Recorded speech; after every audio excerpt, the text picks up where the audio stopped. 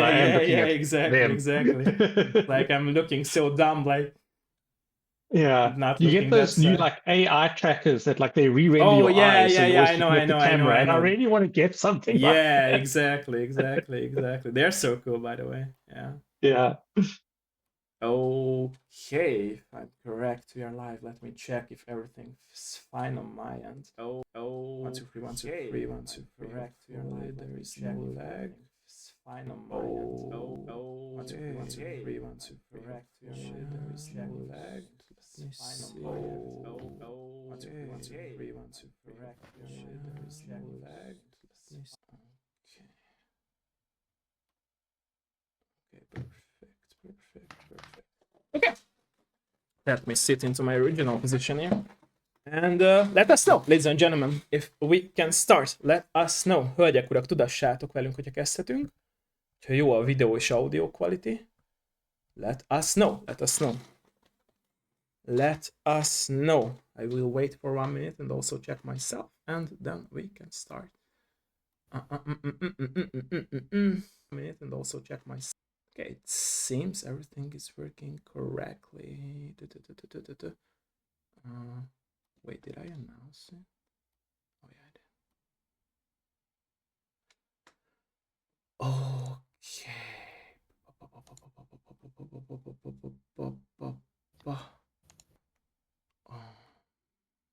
Okay. Okay. Let me know, Nick and Chris, if we can start. Let me know. Let me know. I'm Go. all good on my side. Okay. Go. Nice. Okay. Welcome everyone in my very new episode of my Dev Live show. I'm here today joined with Nick and Chris from the Brotherhood, and I'm very thankful and very honored that you joined us for today's episode. Like I'm always saying, let's start with a little bit of introduction. So please introduce yourself for us. Lovely. So I'll start there. We are brothers, as you may well have guessed by the name of our organization, the Brotherhood.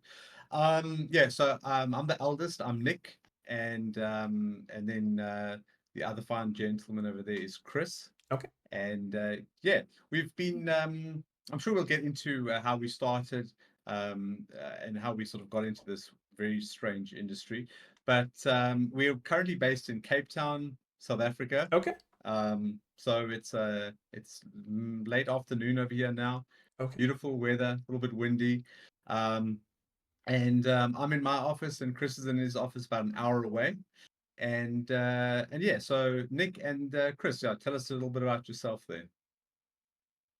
Well, I'm the better looking brother. As Nick said, he's the elder one, so he has all the experience, and I'm the younger one, full of youth and exuberance. Nick and I, we've been working together for most of my life, and I think most of Nick's life as well. I think it's been, I don't know, bro, like 15, 16 years, 17, somewhere around there. No, man. Yeah, for a very long time.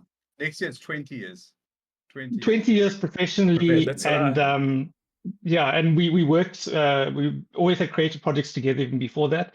So now going into my 40s, I can say that half of my life has been spent on every single day on at least one daily phone call with my brother and working on something cool.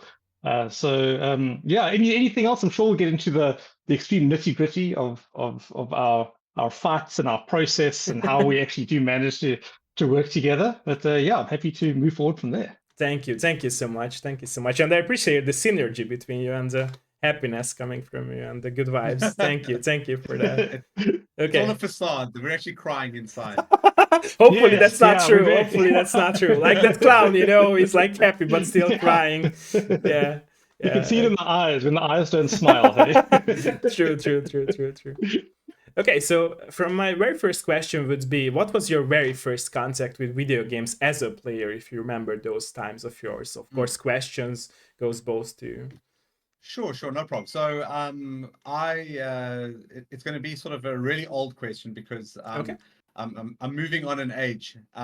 So the first game I ever played was on the Atari. Okay. And that was in the mid 80s. And there would have been Tank and Pong and all those kind of games. But the first PC game I ever played was Alley Cat, which was I think in like 89 or so. I see. my father, we'll mention a little bit later what my parents do, but my father has always sort of been into computers and technology. I see. And even sort of in a backwater like South Africa, he really South Africa had a lot of political issues at the time, I see. and it was very difficult to get software and hardware and that sort of thing over here. So, but even with that in mind, he still sort of was really into computers, especially for his work side of things. And he always would bring a computer home, and that's where Chris and I, all the way from an XT all the way through to our 386 and then our 486 DX4100 and our Pentium 1 and 2. And my dad was always bringing home these computers that Chris and I would then play video games on. So we're sort of old school. And then from PC, it was Nintendo and then Sega and then back to PC and yeah. And Chris, yourself, what do you remember? Which games? I mean, as Nick said, we've sort of been playing games since sort of the inception of gaming. And yeah, my father was always very much into technology, but also from a very artistic point of view. My father was an interior architect, and my mother's a fine artist. I see. And they were always sort of playing around with how technology and art can actually move together. So, for instance, my father actually ordered a hand scanner from overseas. It was one of the first color hand scanners in South Africa. And it was this little device that you would literally go and you'd have to sort of like move it slowly in little strips over the things you'd want to scan. Wow. And the reason why they did that is because my mother, being a fine artist, she would do logo design, and then they could actually digitize that into a computer and then use that for sort of for restaurants and brochures and that sort of thing. So they've always sort of been at the nexus of art and technology. And I think that's where Nick and I really came into sort of our love of computers and computer gaming, but seeing them not as just games, but also as sort of like ways to express yourself artistically. And then sort of like very early games, I remember playing Alley Cat with Nick at my dad's office. And then some of my favorite gaming experiences are probably when I think Nick came home and he bought Warcraft from a friend of his. And we literally we had one computer in the house we would share. And Nick and I sat for days and days just playing Warcraft. And I would sit and watch him play, and we take turns. And I think we've always had a very collaborative thing with playing games with each other instead of competitively. But I mean, and then I was big into RPGs, Fallout, all of the original Black Isle games. And then I think Nick and I, our first true shared love experience was Star Control 2, which we're still a little bit obsessed with that game. We actually got to meet Fred and Paul, and I think that's one of my favorite gaming experiences, was playing Star Control 2 with Nick. And then that goes all the way through to modern day gaming. So we've kind of been there from all the generations of gaming in one way or another. I see. Do you think like back then both of you had this creative mastermind in yourself, that you really not just like love playing games, but you really want to make games as well? I was necessarily making games. It's just, I think it was more along the lines of telling stories. Okay. My folks have always, or my parents have always been really big storytellers. I see. We sort of, my dad would often literally tell us his own stories, and I think it kind of rubbed off on Chris and myself. I see. I still actually have there's a magazine I've got of I was always interested in programming, but I learned how to program in BASIC, and this was in like the really early 90s, and you can't really do much. You can't do much really exciting things in BASIC. True. It's not a very exciting language, but it sort of taught me the basic principles of programming. But there was a magazine article, and I actually literally have that magazine behind me. Nice. And in the magazine was a review of a new software product called Click and Play. And when we saw this, I think this was like 94 or so. When Chris and I saw this, we were like, "Oh my gosh, we can make Windows games. We have to get this." So we conned our parents into ordering it. Once again, it was very difficult to get software into South Africa, so my parents had to order it from overseas, and it cost I think it was like, at the time was 1,400 Rand. So if you in modern day time, it would be like in dollars, probably I think $300-400. It was ridiculously expensive. True. The average salary was probably a couple of thousand R1,000. So Yeah. that sort of puts into So, perspective how expensive it was. so my folks, I think at that point we kind of diverged from they didn't really have much to do with games. So Chris and I got Click and Play, and we were obsessed with it, and we started making our own little video games. So that was in Nice. '94. Just prior to that, because my mom's a fine artist, and she was a high school art teacher. She some of the things that she used to teach was board game design. So Oh, we okay. sort of used to make our own card and board games. But this is long before. I mean, this is before like people used to play, card like Pokemon. This is way before. This is when Monopoly was the game that people used to play. This was not. There was Yeah. nothing. D&D and Monopoly. That was it. Like that's board games that people knew. And so we sort of took the initiative to try and design our own games. And I think so. Chris and I have always been creative like that. I think largely in tune with my parents' influence on us to kind of be creative. So I give them a lot of credit over there for that. I see. Okay. Our mom and dad, if you're watching. Hopefully they are, right? Or they will watch back the VOD version or the edited version. Yeah. Okay, so as you mentioned that your parents had this much of influence and support, of course, I would like to still ask that, do you think like this was like really the helping hand and the supportive hand that was there for you, that you when you started like making games on a commercial level? Or do you feel like they were supportive about this decision that you wanted to have this as a career as well? I mean, the thing is that at the time when Chris and I started this, we'd already been operating a business for 10 years. I mean, we've been working. We were both. I was married, and Chris was almost engaged at that point in time. He had several. Maybe this is before he had several girlfriends around him, but yeah, we won't talk about that. But no, so I'd really been married, so we were sort of quite mature in our thinking when we started making video games. But my dad is really entrepreneurial, and he's always encouraged us to go out and he's been a business owner for his whole life. So once again, they sort of from a parental influence, he was always encouraging of Chris and I starting a business. We did different business with video game stuff, which we ran for 10 years, which was about 12 years. It was a 3D illustration company. Also really niche, using technology, using creative stuff, and we built that into a huge business. So when we started video games, we already had a huge amount of experience in managing creative projects. But I do think my parents probably thought we were out of our mind, because we literally closed that business and started this business. And that business was really, very successful business. Very profitable business. Yeah. But we decided that no, this is the kind of thing that we really want to.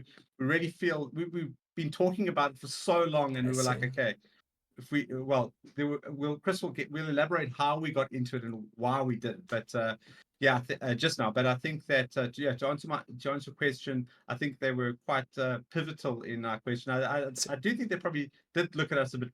They were a bit crazy. Chris, what do you think about mom and dad? Yeah. I mean, I was a bit of a wayward student. I never really did that well at school. I was very much like middle of the road, very, very average. School didn't quite appeal to me or tickle my brain in the correct way.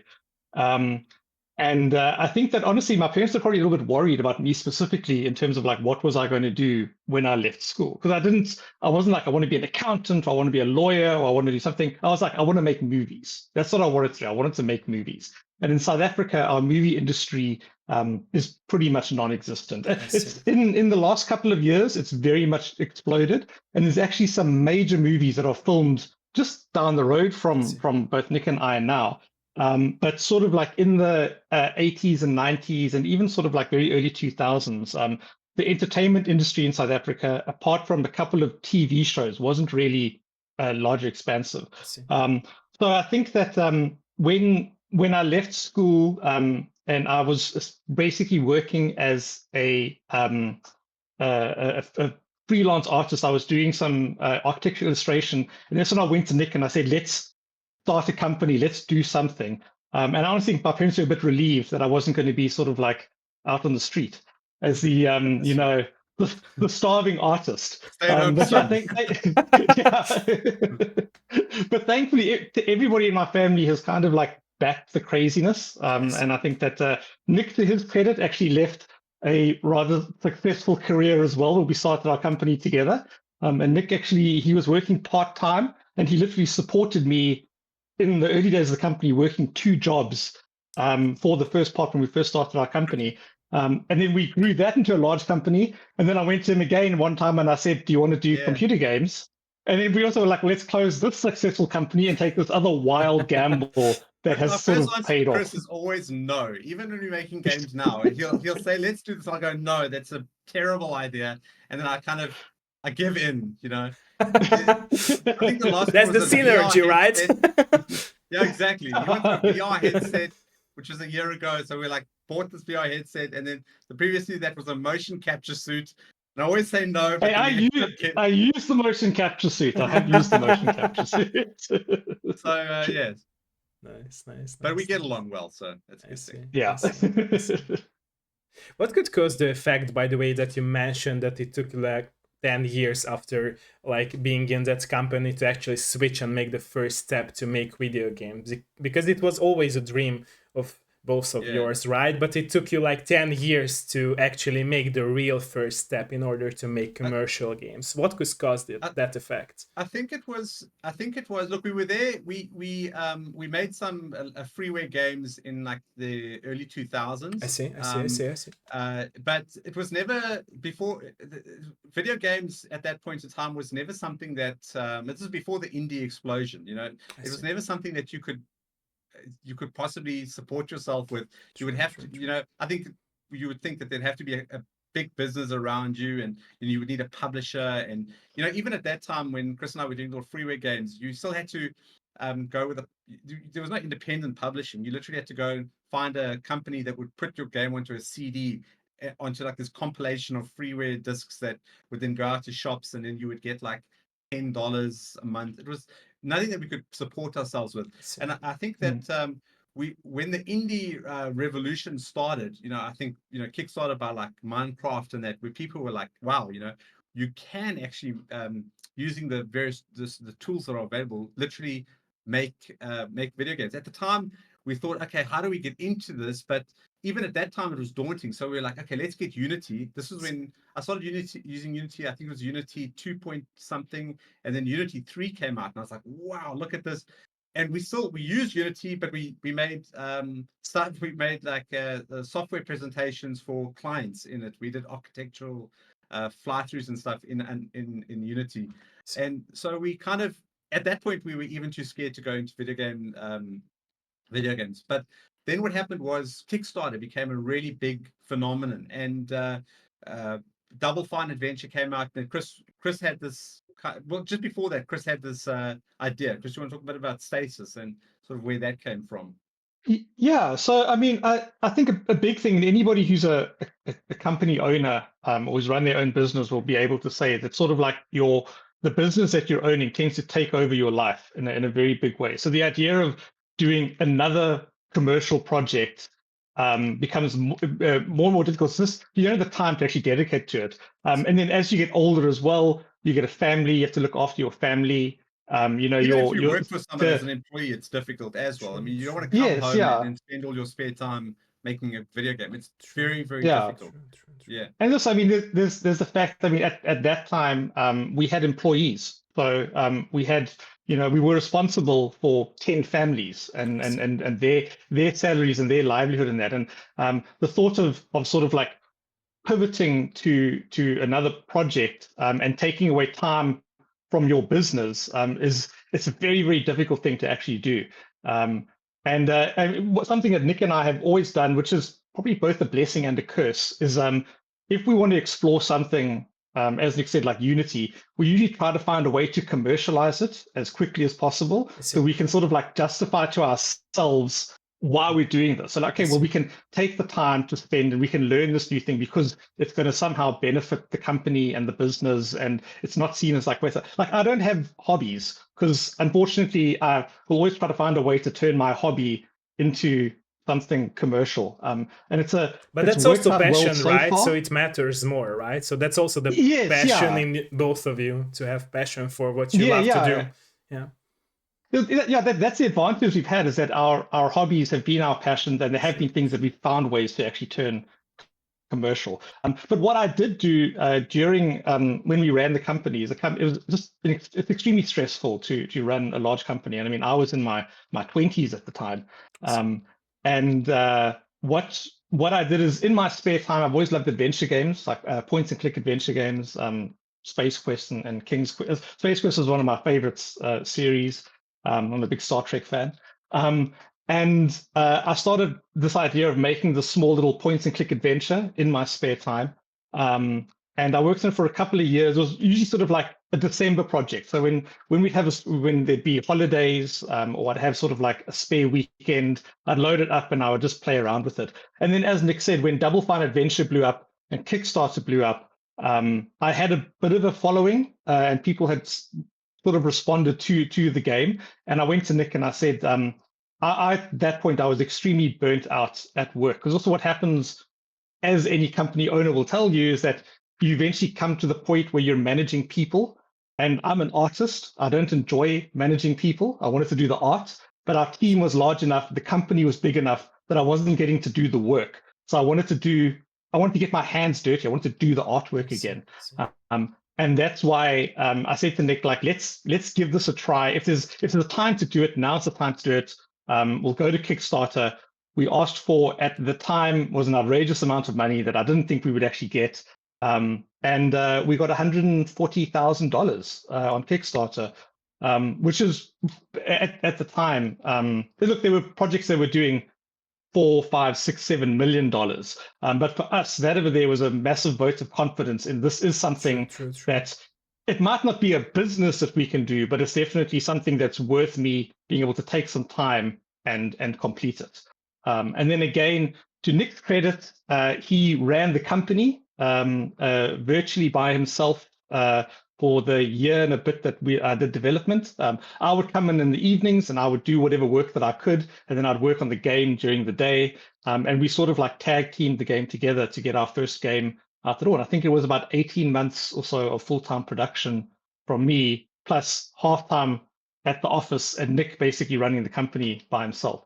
So we've sweat, blood, and tears to actually do this. Yeah. I see. So you mentioned you always, like, both of you always go full in when you make your own projects. How do you balance, like, your free time and also like your work time when you're working on games? Free time? What? No, We don't. Yeah, look, I think it's.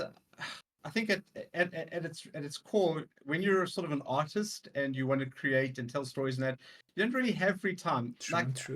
If you find me on a Saturday, I'll either be reading an art book, or browsing like an art forum, or like reading, I'm always doing something, reading a business book, something, but always doing something sort of in pursuit of what we're trying to do. So, if we're doing a like our latest video game, AUP, I'll try and sort of read as much as I can on those topics and on similar stories, and so, kind of immerse ourselves. So I don't think we really have much free time like that.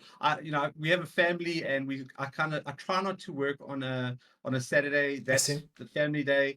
Sunday afternoon, I'll put in a couple of hours. But yeah, generally, I think you're all obsessed. We don't see this. It's difficult to separate the creative endeavors from real life. Luckily, we work from home. Chris works from home. I work from home. My child is homeschooled, so I see her all day. I see my wife all day. Christy's his wife works in the same office as him on that side. So we kind of see, we're kind of home all day. We kind of get to be with our families all the time. So that's it's a positive. Obviously, I think if Chris and I were working for for a big development studio or something, we'd be able to earn a lot more money, but I don't think we'd have the same lifestyle that we have. And we're very, very grateful for what the people who've bought our games, our players, have allowed us to be able to do.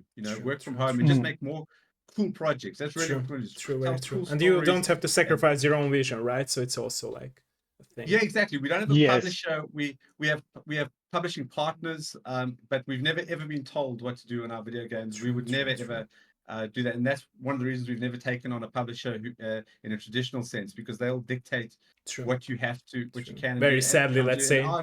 Yeah, Yeah. yeah, exactly. In our games, they wouldn't allow us to do the things that we do in our games. So, Yeah. so even though Yeah, our games have been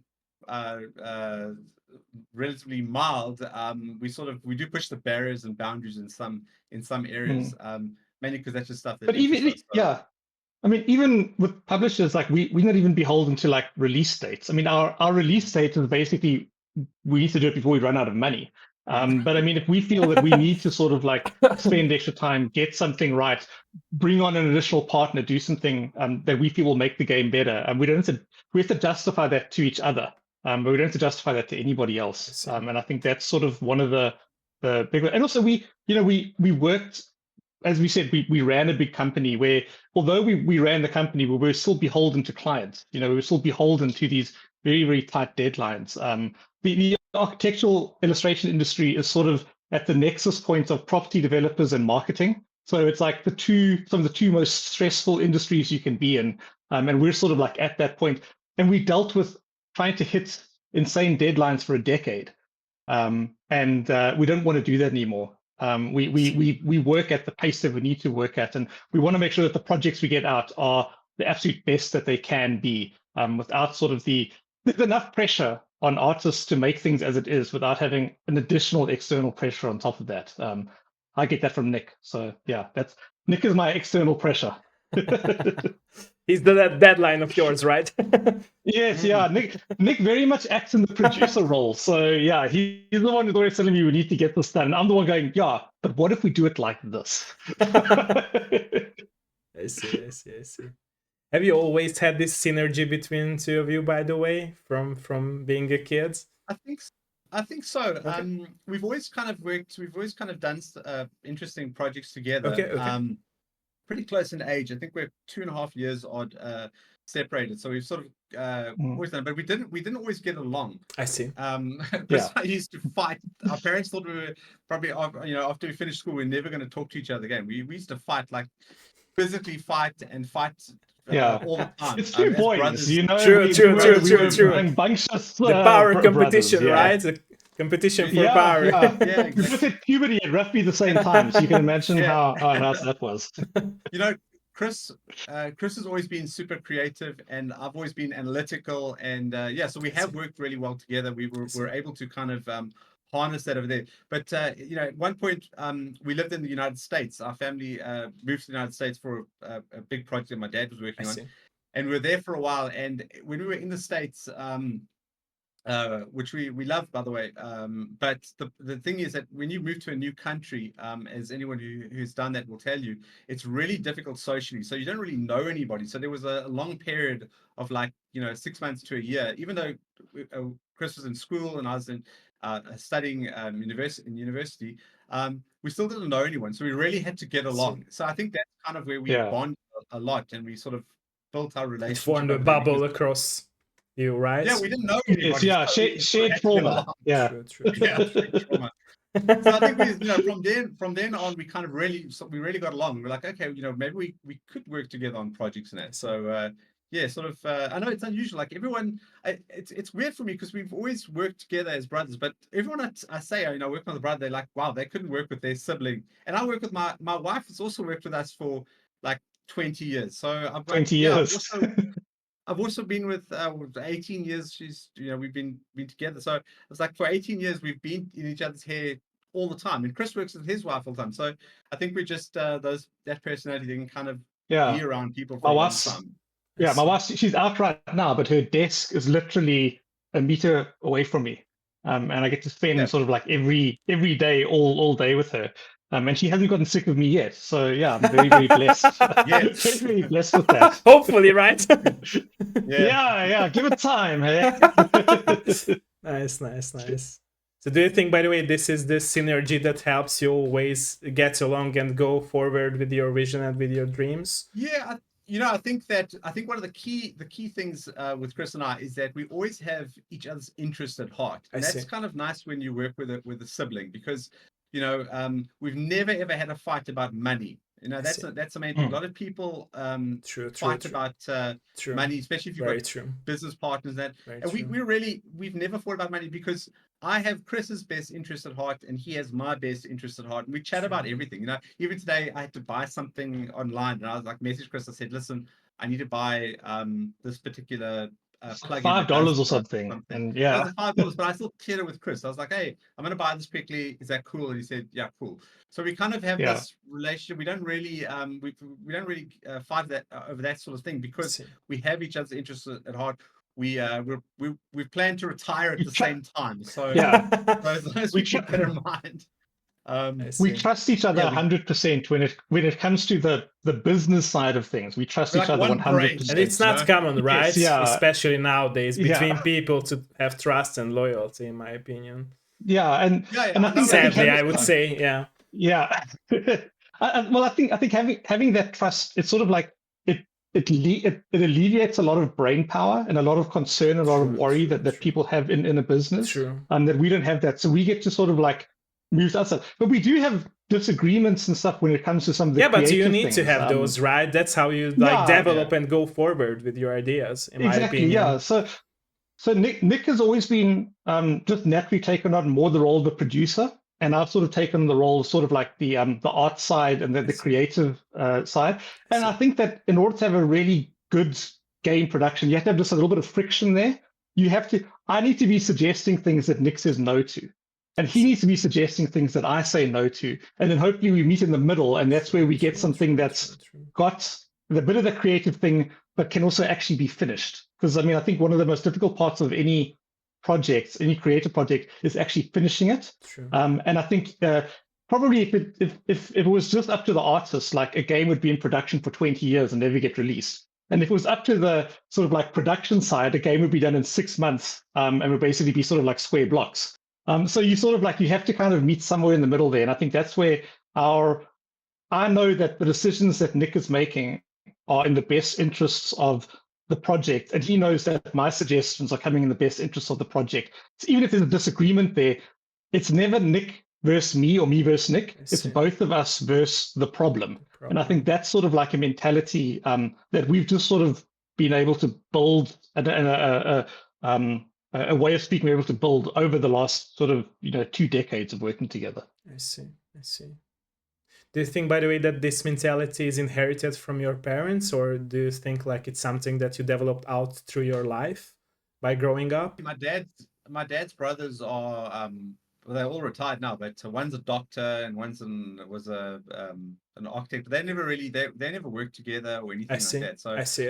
Yeah, I think it's just through necessity. As I said, when we went to the States, we kind of realized we could actually work together on projects, and we've kind of I don't know why it is. I see. Well, I will say my parents they've had their separate careers when we were sort of like very young, but they got to the point where my mom and dad did work together.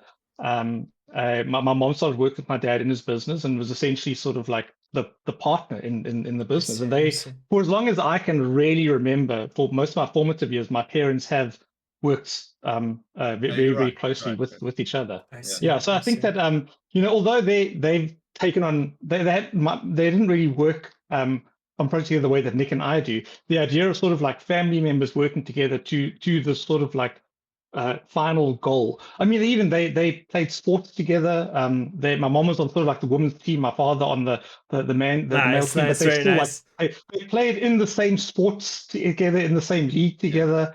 That's really rare, by the way, these days. That's very rare.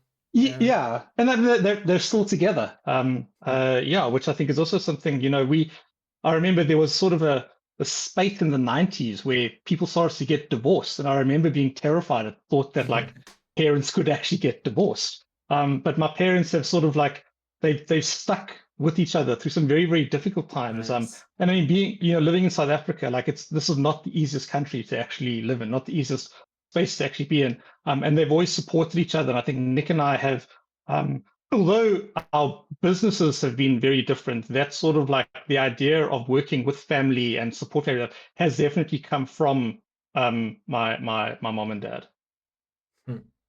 It's very interesting, by the way, because what you just said, it's very true for your game's theme as well, that all the characters are trying to work together, in my opinion, right? Yes, Yes. so we definitely nicely picked up on all of our games have some tie back to family, all of them. Even the And latest also one trust and loyalty as well, in my opinion, Yes. helping each other in Yes. the team that you formed in those games. Yeah. Yeah. Yes, correct. Yeah, so we sort of always, I think we kind of write those stories because they're personal to us. Obviously, the things that happen to our poor characters are ridiculous, but sci-fi, whatever. You know, we take ordinary people and put them in extraordinary situations. But the underlining theme is generally family and as you said, working together. True. I think that was sort of personified in Bone Totem, which literally was a husband and a wife team, coming together. And our previous game was two brothers working together, which is a beautiful destination. So we sort of, we've kind of stuck with what we kind of write what we know, and we know that we know family. So we've always revolved around that theme.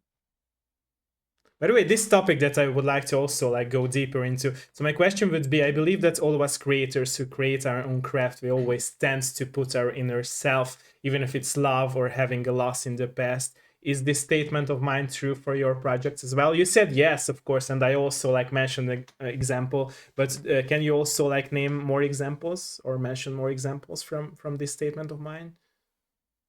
Yeah, I think Stasis 1, which Chris started making in I think 2013, 2012 odd, was sort of the I look, Chris, we obviously didn't have a kid or anything at that time, so he was writing John as a character. Chris, what was your thoughts on John Maracek over there? 20-year-old Chris, you fool. Yeah, no, I mean, I think that in Status, when you're a guy and you're in your 20s and you're supposed to be starting a family and you're supposed to be doing all these things, you have a lot of concerns and worries about the future and worries about where you are as a person and what that will actually mean to you. What will family actually mean to you? And I think that John was, for me, very much a someone who I would have wanted to be.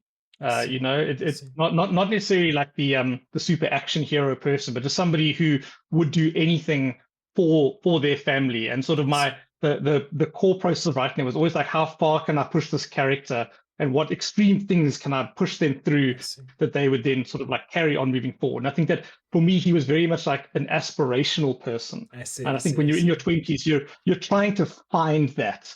And that's very much a lot of the expressive stuff that's come through with that. And then our next game, Kane, with Hadley. So Hadley was a 20-something-year-old pregnant woman, and I am not a 20-something-year-old pregnant woman, nor have I ever been. I can tell that's right. 20-something-year-old pregnant woman. Yeah.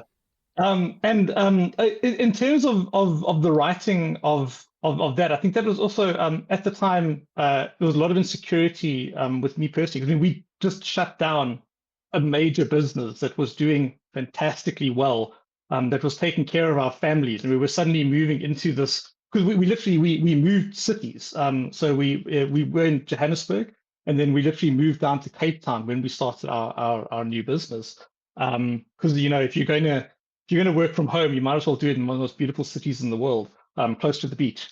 And I think that the insecurities and things that I was going through very much came through in the in Hadley and that sort of writing. And then of course we go to Beautiful Desolation, which is of course about two sort of like estranged brothers that are trying to find that connection again. And while Nick and I, we've never been that estranged. I mean, there are things we did fight. We fought a lot in our younger days, and it did take a lot. As I said, sort of like shared trauma and like the crucible to actually get to the point where we sort of like have the relationship that we actually have now. And a lot of things in that game was sort of taking those ideas of estranged family and sort of like trying to put them into a project. And then I think the Bone Totem, now that Nick and I are more mature, well, at least Nick is more mature. I think the idea of actually having an established family and the trauma that you go through and trying to sort of like rebuild those bonds and everything definitely comes in. So it's not a case of like we haven't gone through the things as well, Chris. Yes. Husband and wife team. Husband and wife team. Chris is recently married, and I've also been married for a while. So sort of we wanted to really do a husband and wife story. Yeah. And so I think that it's although we've never been like we're writing a story about us. Yeah, I understand. I think that artists will always put a bit of you can't not put a bit of yourself and a bit of your history and story into what you're doing. You always will do that, as an artist. Yes, yeah. If you can't do that, you're a freak of nature. And if you can't do that, like why would you not want to? I mean, part of the joy of being a creative is tell being your able story, to, right? Or you tell your own vision. And, very true. And have other people share in those experiences that you've actually gone through, and maybe come out with even a different perspective to what you went in and or to help others, right? To understand themselves better. Yeah, exactly. Yeah. Okay. Again, a more personal question from me would be: how have you changed as a person in other territories of your own life by being a game developer now for so many years and delivering so many awesome games to the table for players? Become jaded and angry at the world. That also makes sense, right? That we talked about it before our interview. How have we changed? Sorry, the question is how have we changed as a person in other territories of your own life? Yeah. Because of game development. Yeah, that's correct. That's a hard one. Gee, Chris, have we changed? Sorry for bringing up the hard one questions. Yeah. Well, I've grown a beard. No, in terms of game development, I think I've become very much more aware. So I mean, it's specifically with game, but then it does go into sort of like a lot of other parts of my lives. And I've since doing this, I've become very much more aware of how much time and effort it takes to make something. I see. I mean, the fact that games get made at all is a mind-blowing thing. And I mean, I'll go to sort of like a shopping center and I'll see sort of like a store that's closed down. And that really, it affects me because like I know the amount of effort that went into people opening up that shop. There was a time when they went and they signed the lease and they saw what this store was going to be and they excitedly phoned their family about it and they got their first stock in and they sold to their first customer and you get this exhilarating rush, and then the idea of that sort of like slow decay of like business that doesn't quite go, and then you have to have the conversation of like, well, this isn't actually working out and we need to actually shut this down and that. And I think that the awareness of the amount of effort that goes into even the smallest thing being created and being sold and put out into the world has basically really drilled itself into my brain in the last few years. I see. Yeah, I think that there's a trend these days, and Chris and I have spoken about it quite a bit. Actually, quite recently in the last couple of years, the trend has kind of accelerated, where people, it's not just gamers, it's also people in like sort of the movie who watch movies and sort of generally consume pop culture. And obviously that's an industry I know, so that's why I'm sort of mentioning it. But they kind of revel in the failure of projects. They kind of if a game fails, they're really, really happy about it, and they might have several valid reasons why they're happy about it, but we try to kind of put a little bit more humanity into it. That if a game fails for whatever reason, maybe you don't like the way they portrayed whatever characteristics of the characters or whatever that might be. The people who worked on that game are like out of a job now. That studio's closed. I mean, people are happy when studios close and stuff. It's really sad. I don't know why. I think that social media that has brought on this kind of disconnect between human beings. True. I think so. For myself, I've tried to be way more empathetic when I see, this movie, a superhero movie, utterly failed and died at the box office and lost $200 million, and those film studios are closing down now. I try and think empathetically, like those poor people have lost their livelihood. So I think that I think that we need to be a little bit more careful about how we just revel in the pain of others. I agree is with you so on easy to that, do yeah. these days Yeah, on yeah. on the So internet. easy to hate on others, yeah, and not understanding what they did and how much effort and money they put into the work. Yeah. Yeah, exactly, Yeah. exactly. And sort of, you by all means be critical. I think in terms of our stuff, we're the super critical on our own work in it, but don't like, don't, you got to draw this line between Don't being be an critical asshole and on sort of others, right?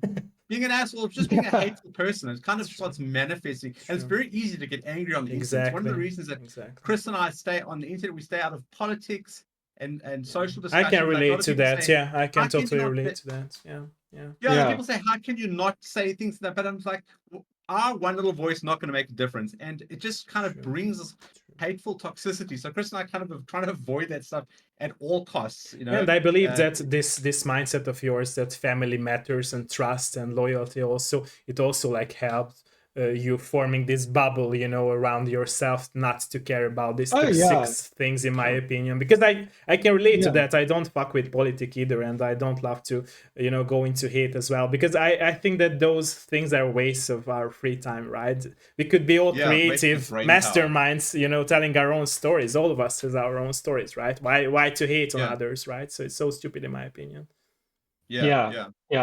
I think that the industries around social media that have popped up around sort of like reveling in creative projects, I don't like that. Reveling in the failure of creative projects, I don't like it. And I'm sort of, as just to kind of like go full circle towards the beginning of the question, I think that's definitely something, understanding more of the process of what it takes to make a game. When I see games fail, or when I see movies fail, or when I see any creative project fail, it really sort of like it hits me on a very visceral, hard level. And I think also for Nick and I, like we've thankfully sort of like touch wood, been very successful in the games that we've actually made. But you're only ever successful as your last project. And whenever I see these things fail, the tick in my brain always goes like, that could be us. That this could be our project. This could be that. And I think that over there, like, terrifies me. And I think that's definitely something that sort of like has changed in the way, because games, they take a very long time to actually make. So we'll make a project, but we're working for 3 years without getting any money in. And then your hope is that once your project is out in the world, you'll be able to make enough to at least have covered its costs and fund a bit of the next project. True. And to constantly be on that sort of like, we're almost like always on the edge of failure. It's not the nicest place to be. So when I see projects actually essentially going through what my worst nightmare is, if you're not empathetic about that, then you I don't know. I don't know how people can get joy out of that process. True. They probably, like you said, both of you they probably do not understand the process behind like making anything happen, making anything come to life, right? And I think a big thing is that a lot of people, they want to be creative and they want to have a creative but they are scared outlet. to make the first step, right? Because they are invested in what society tells them to do rather than like chasing their dreams. And I also think that people view criticism as a valid form of creativity. True. So it's sort being of like objective-based, forming opinion, objective-based, but it's not like totally. So it's like I can't make this, but if I criticize it, I'm participating in the creative process. I think that sort of idea is embedded. And in some ways, they're not incorrect. I do think that criticism is a valid part of the creative process. But when you're just criticizing to criticize, I think that there's a problem. True. Very true. Yeah. So you mentioned also like movies. I believe that my shows are always like therapy sessions, not just for me, but for my guests as well. And I believe like making movies is still important for you, because you mentioned a lot of time the movie word in our interview. Do you think like you still can see yourself making movies as well, not just games? Oh, if I had the budget, I would. Yeah. No, I'll always love movies. Okay. Because I can tell that you're interested in and how with passion you were talking about that. I can tell that it's important to you still. I think that as Nick said, I don't know if it was a preamble or an interview here, but we were basically saying that we want to tell stories, and for us, almost games are a means to an end to tell those stories. True. I honestly think if we had the ability to tell these stories in another medium, we probably would. So I think sort of like telling stories and getting that narrative across is very important to both Nick and myself. And in fact, our latest game, I can't go into too much detail about it, but it's probably the most gamey game we've ever made in terms of like mechanically, and we're trying to find ways to have those mechanics actually still be supported by the narrative. I see. And so even in our very like mechanically heavy game, we're still using that to actually try to tell as heavy a story as possible. I'm sure that Nick can sort of like elaborate on if, I don't know, bro, would we be making movies or writing books or? Yeah, I think that Chris and I have always been quite obsessed with movies. I mean, you know, you can just look at our offices. Chris got posters all around him of various films. I've got, you know, Jurassic Park and Star Wars. Nice. We watch them all at least once a week. We watch one of those movies, and we'll say, you know, just watch Alien again or whatever. But yeah, so I think we've kind of always been obsessed, but the movies that we like are kind of stuck at a certain date. We kind of watch the same movies over and over again, pre like, I don't know, 93 or something. But yeah, I think that it just, I don't necessarily know if it's film or just that's a really interesting creative outlet.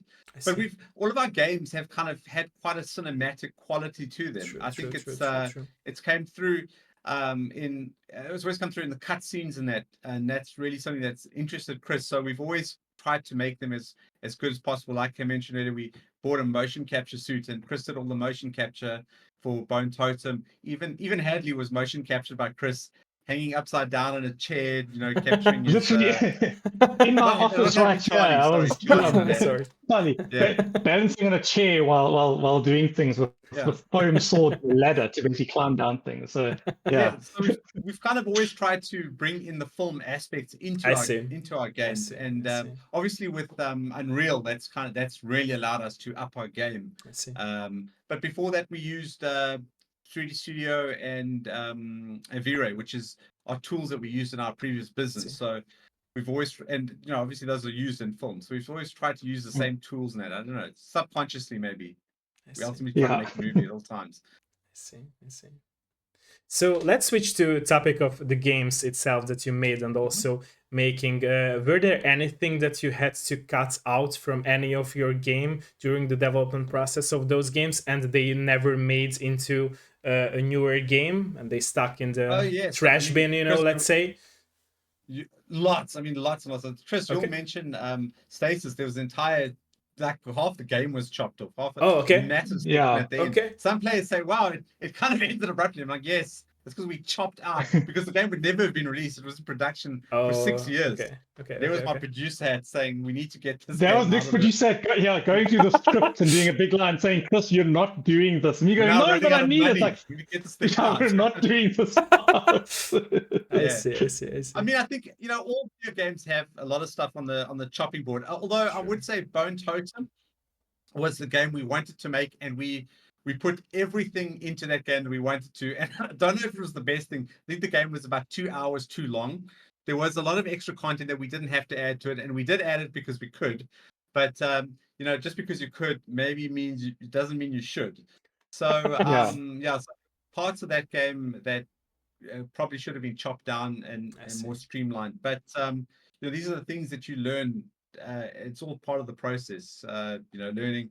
I think also what's happened specifically in cutting content is that gamers themselves have changed. The kinds of games that gamers want, even in the classic adventure game genre that we found ourselves in, the kind of games that people want and the game experiences they want have changed from the games that we kind of grew up with in the 90s. You're no longer, you know, back in the day, I mean, Chris and I used to play like Space Quest, and it used to take like 3 months to finish the game because you would have to go and find someone who'd finished the game or go and call a hint line and find it. You know, you could play for an hour, then leave it, then come back. but these days gamers want to sit and experience the game in a day or two, which is like, it's really different. They want to Obviously, there's so rush. many games Yeah. to play. You know, they've got thousands of games in their backlog. They don't want to spend all this time, you know, trying to solve various puzzles and that. They want to have this experience and then move on. So yeah, it's changed. Games have changed a lot. Chris, do you want to elaborate on that a bit?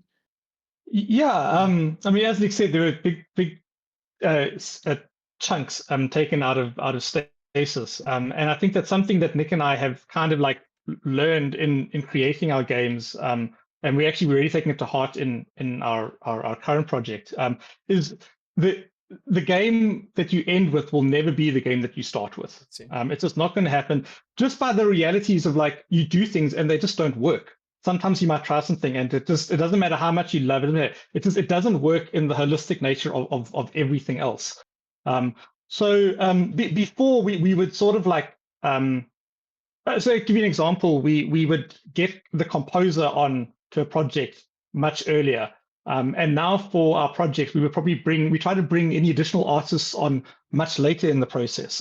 So we can basically work out what is working, what isn't working, so we don't have to actually cut content. I see.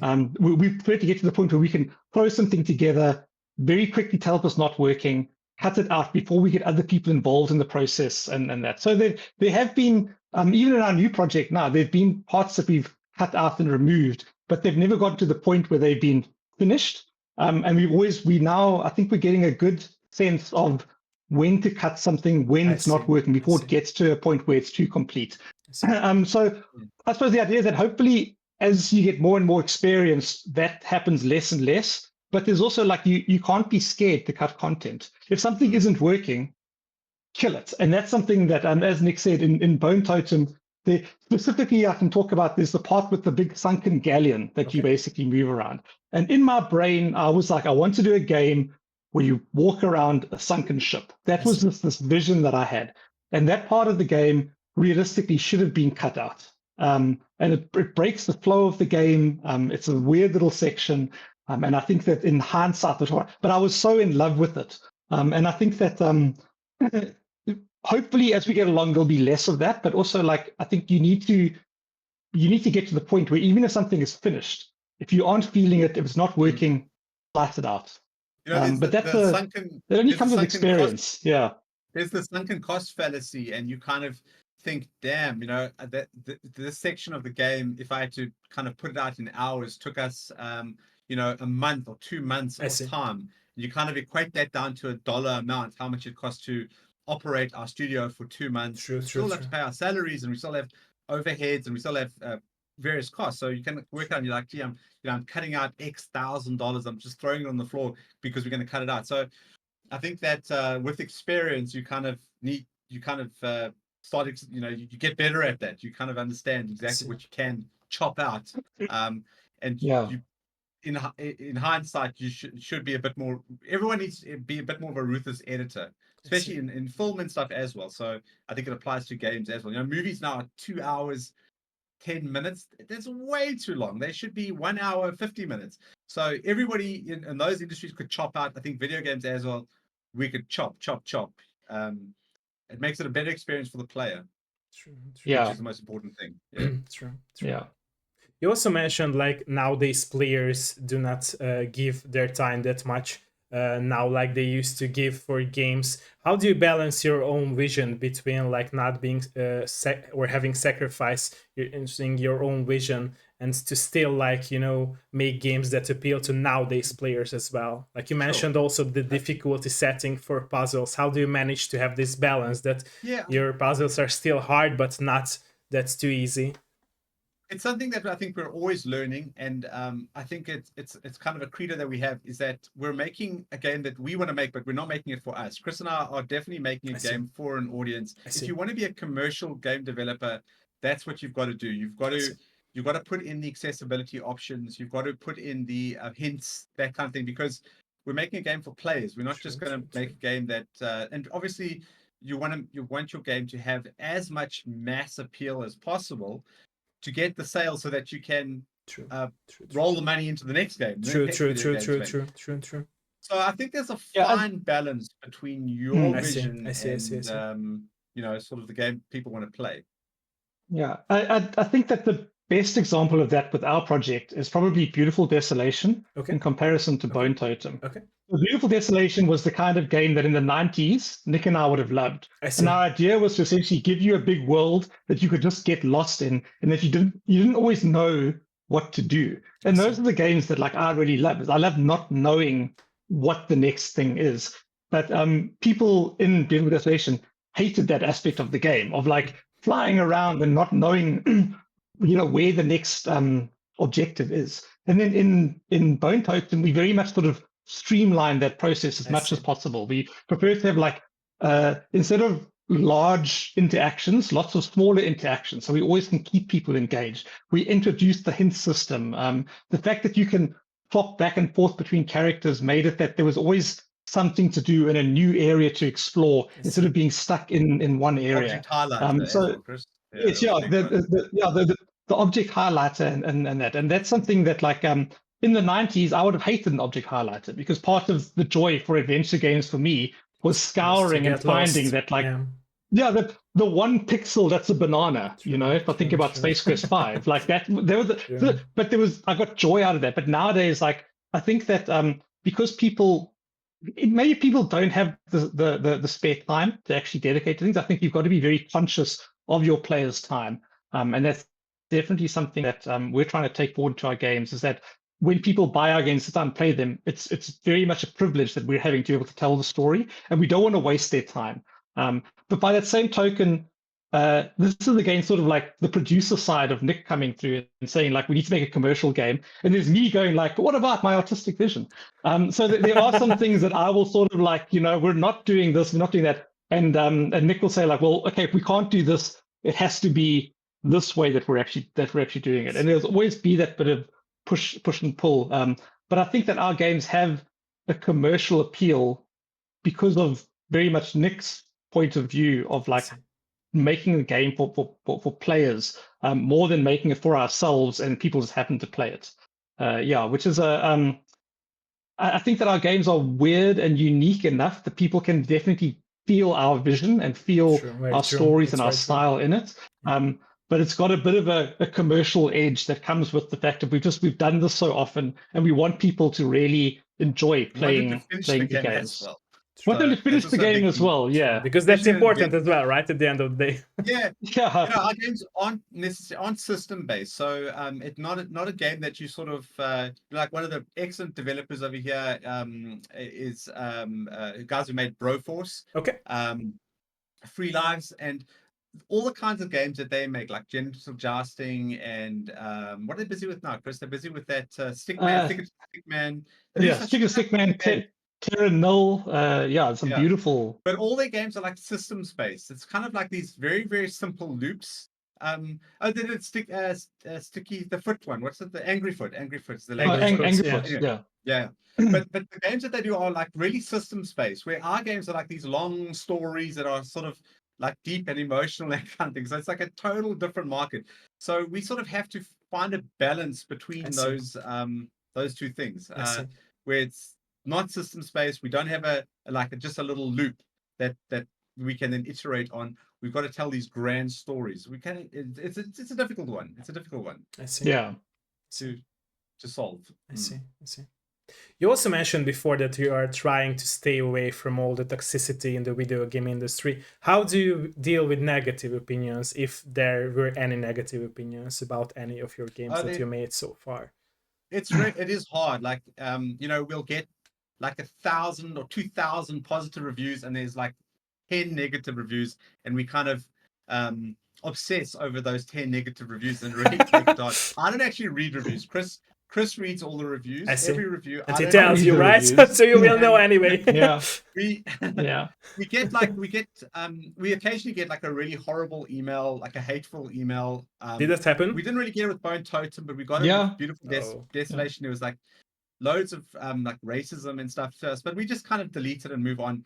It is hard as a human not to dwell on that kind of thing, but whatever. We're tough, It doesn't really matter, like whatever. Love that. been on the internet for like 30 years. So it started with beating up each other in high school, right? And now beating up the hateful comments. Yeah. I've been on the internet since the days of Merc and ICQ and stuff. I know toxicity. So you wouldn't have survived in a Call of Duty lobby. chat room lobby in the 2000s. You know, from my I handle the social media side. I see. I say I don't enjoy social media, but I actually do enjoy talking to cool people on social media. I find social media itself to be a very toxic environment. True. But I read all the reviews, every single review, even if it's another language, I will review it, negative, positive. And I've actually got a Word document. And if they've got good points that they've actually made, that get copied into my Word document. I see. And those are things that we'll be able to take forward into the next project. Like in Bone Totem, there were things that people have spoken about in Bone Totem in the negative reviews we've taken on board with the next project, even though the genre is very different. Sorry, bro, I keep cutting you off there. No, sorry, because you broke and then I was saying we're sort of like in all those opinions, there might be a little nugget of gold that you can take forward and you can actually push it forward. But also, I mean, I've been a commercial artist for the majority of my life. You know, I for the first 10 years of my professional career, I was told what to do and what not to do. And even now for this the next phase of my career, I'm working with Nick in the games. It's a collaborative process. It's not just me. It's like Nick tells me what to do, I tell him what to do. We sort of collaborate together. And I sort of view a lot of the negativity and the comments like that as sort of like for me, it's part of the process of being a commercial artist. I don't know if Nick has that same view of things, but that's kind of how I sort of look at it. Yeah, I think, people, game dev specifically, you often find in like Reddit game dev, someone will go, "Oh, I just got a negative review for my game. I don't know how I feel about this." But often negative reviews might have some nuggets of things that you can improve on. Obviously, some people are just assholes for sake. Whatever, let them be assholes. Maybe I've been I'm sure I've. I don't think I've ever reviewed it negatively, but maybe not reviewing it is just as negative, whatever. But also, people view negative reviews on Steam, or not people, game developers view them as a not a positive thing. But often, what will happen is someone will say, like, they'll review one of our games negatively, and they'll say the game wasn't for me because X, Y, Z, and then you'll find someone else will read that review, and maybe they won't go and buy the game because those things appeal to them. So a lot of people, when they first come to, and I know I did as well, when I go to Steam, I'll go and check the negative reviews just to see if there's anything that is on my checklist of things where the game won't appeal to me. So I think that that's what they're for. I think that as game developers, we think negative reviews are just from hateful comments, but they're not. They're actually people giving their opinion that will aid other players for the most part, unless it's reviewed bomb or something. For the most part, it can be a very effective filter.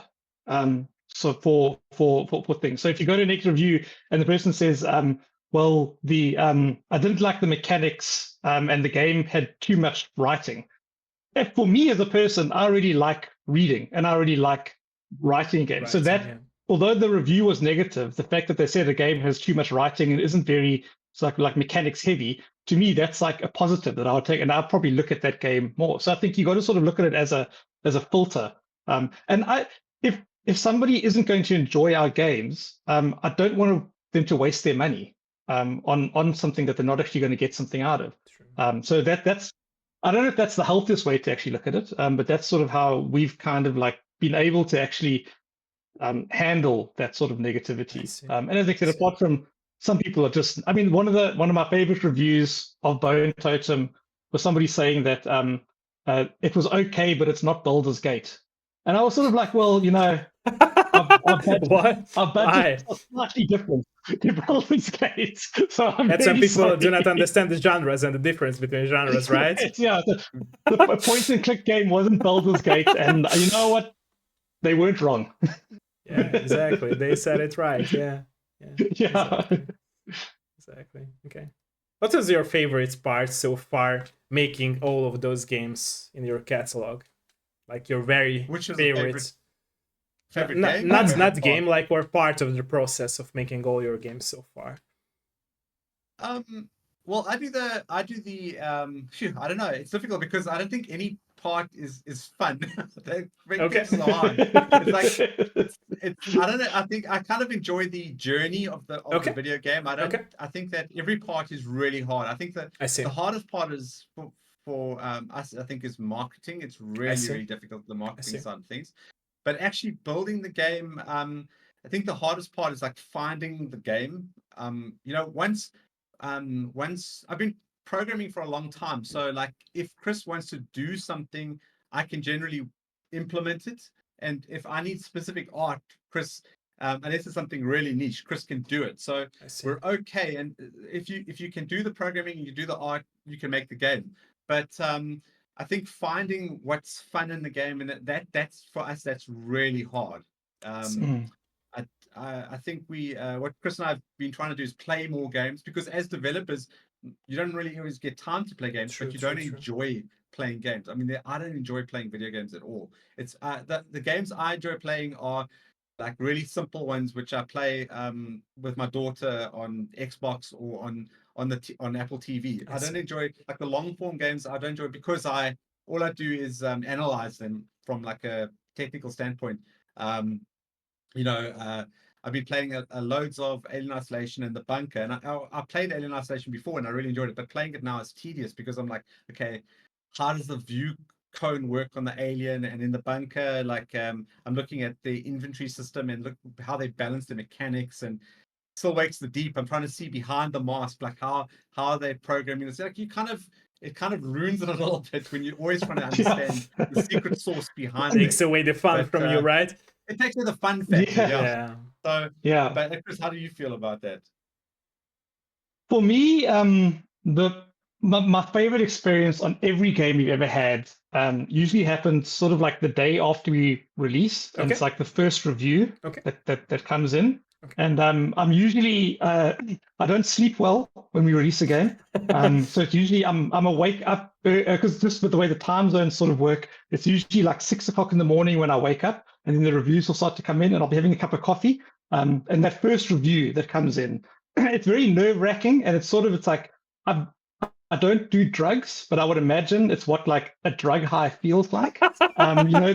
It's probably it's as close to like drugs as I could imagine actually getting. It's like pressing that release button and it goes out into the world and then seeing people. And more recently, seeing people play the games on Twitch. I've really sort of enjoyed actually watching streamers and watching people actually play the game. Specifically, I know for our games, we sort of tend to have these big emotional moments, and I'll sometimes skip through the Let's Plays to see if the emotional beats actually hit the people, and getting that sort of like validation of the amount of work. Because you do something on a game and you'll spend 6 months on this sort of like 3-minute section, and by the end of the 6 months you hate that 3-minute section. But seeing somebody play through that section and getting all those emotional beats and hitting all those things it's a fantastic feeling.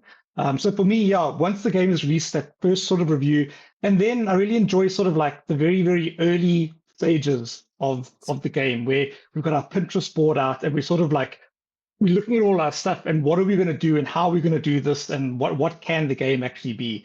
Because at that point, it's terrifying because it can be anything, but that also means that it can be anything. So I mean, you might find like a single piece of art that just triggers something in your brain, and that could change the entire direction of the process. And you're going to be living with that decision for the next 2 to 3 years. And that sort of like level of excitement and everything that you go through is something that really I do look forward to.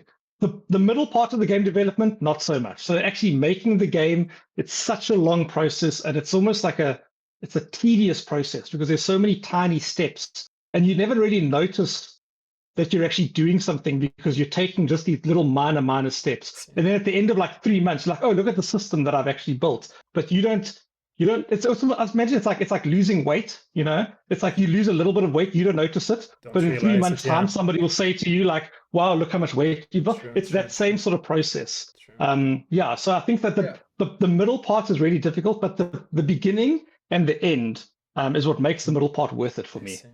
Yeah, I mean, making games is really, really hard. It's really, so if anyone releases a game, It doesn't matter how big or how small it is. If you've made a game and put it out there, kudos to you, fantastic. Because the amount of little things that have little like processes that have to happen to actually produce a game are immense. From just things like the sound effects to the music to the programming to the art production, and then all the sub areas inside there. Not even talking about UI, UX, and how everything links together and save game systems and stuff. I mean, it's immensely complicated. So I think that we don't appreciate how many little things go in there. I mean, if anyone, when you go out and we'll go out to friends, and the guy will say, "What are you doing?" I'll say, "No, make video games," and they'll say, "Well, how do you actually do that?" For me to explain, I'm like, I say, "No, we just make games." I don't even want to go into it because there's just too much. Don't go there. Don't go into details, right? Yeah. Yeah. Not gonna happen. No, I think my friends know what I do, but I don't think they actually know what I do. And I've tried to explain it, and it's there's so many. They start not to care about so it, many, right? Because it sounds hard. Yeah. Yeah. Okay. Yeah. Okay. So I was wondering what's influenced the very new game that you are making now, because the theme of the game is a very important theme to connecting to a real world, right? So what's influenced it? Because you were talking about all the influences behind all of your past games, but if you can talk about Animal Use Protocol, what was the influence behind that? I was wondering. Chris, you want to talk about that? Yeah. So we.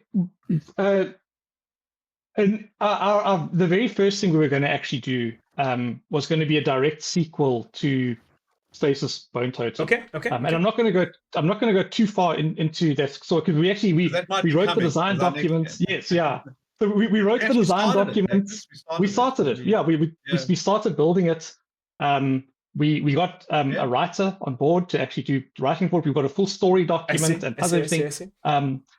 And what we were going to do was, at that point, I'd been using Unreal for about a year. I see. And what we were going to do is we were still going to use the same framework that Nick had built in Unity, but I was going to do all the graphics in Unreal and basically just render them out as 2D graphics that Nick would then put into Unity.